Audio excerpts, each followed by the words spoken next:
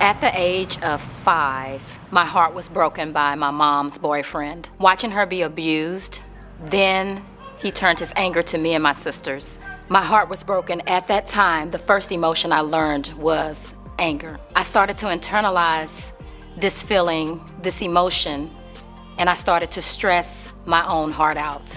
At the age of 10, my virginity was taken. Not by somebody I was in a relationship with or loved or wanted to be intimate with, but with a family member at the age of 10. Something so precious gone so soon. At the age of 16, I continued to internalize my pain. Then I began to act it out. Becoming pregnant at 16 was probably one of the most embarrassing moments of my life. Matter of fact, I vowed never to be like my mom, but turned out to be just like her. I know many of you can relate to the troubles of my childhood.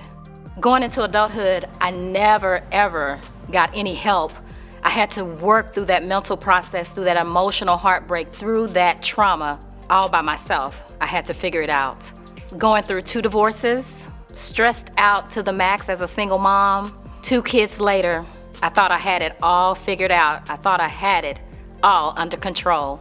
And then I turned 40 and suffered 3 heart attacks in 1 week over the course of 3 days. The last heart attack would end up being a massive heart attack where I would go into sudden death. And that's actually where my story of motivation and encouragement begins. With all that being said, I am here to encourage you, to inspire you, to motivate you to live your best life. We're taking care of our wellness, our overall health, emotionally, mentally, and physically. We're going to change the world.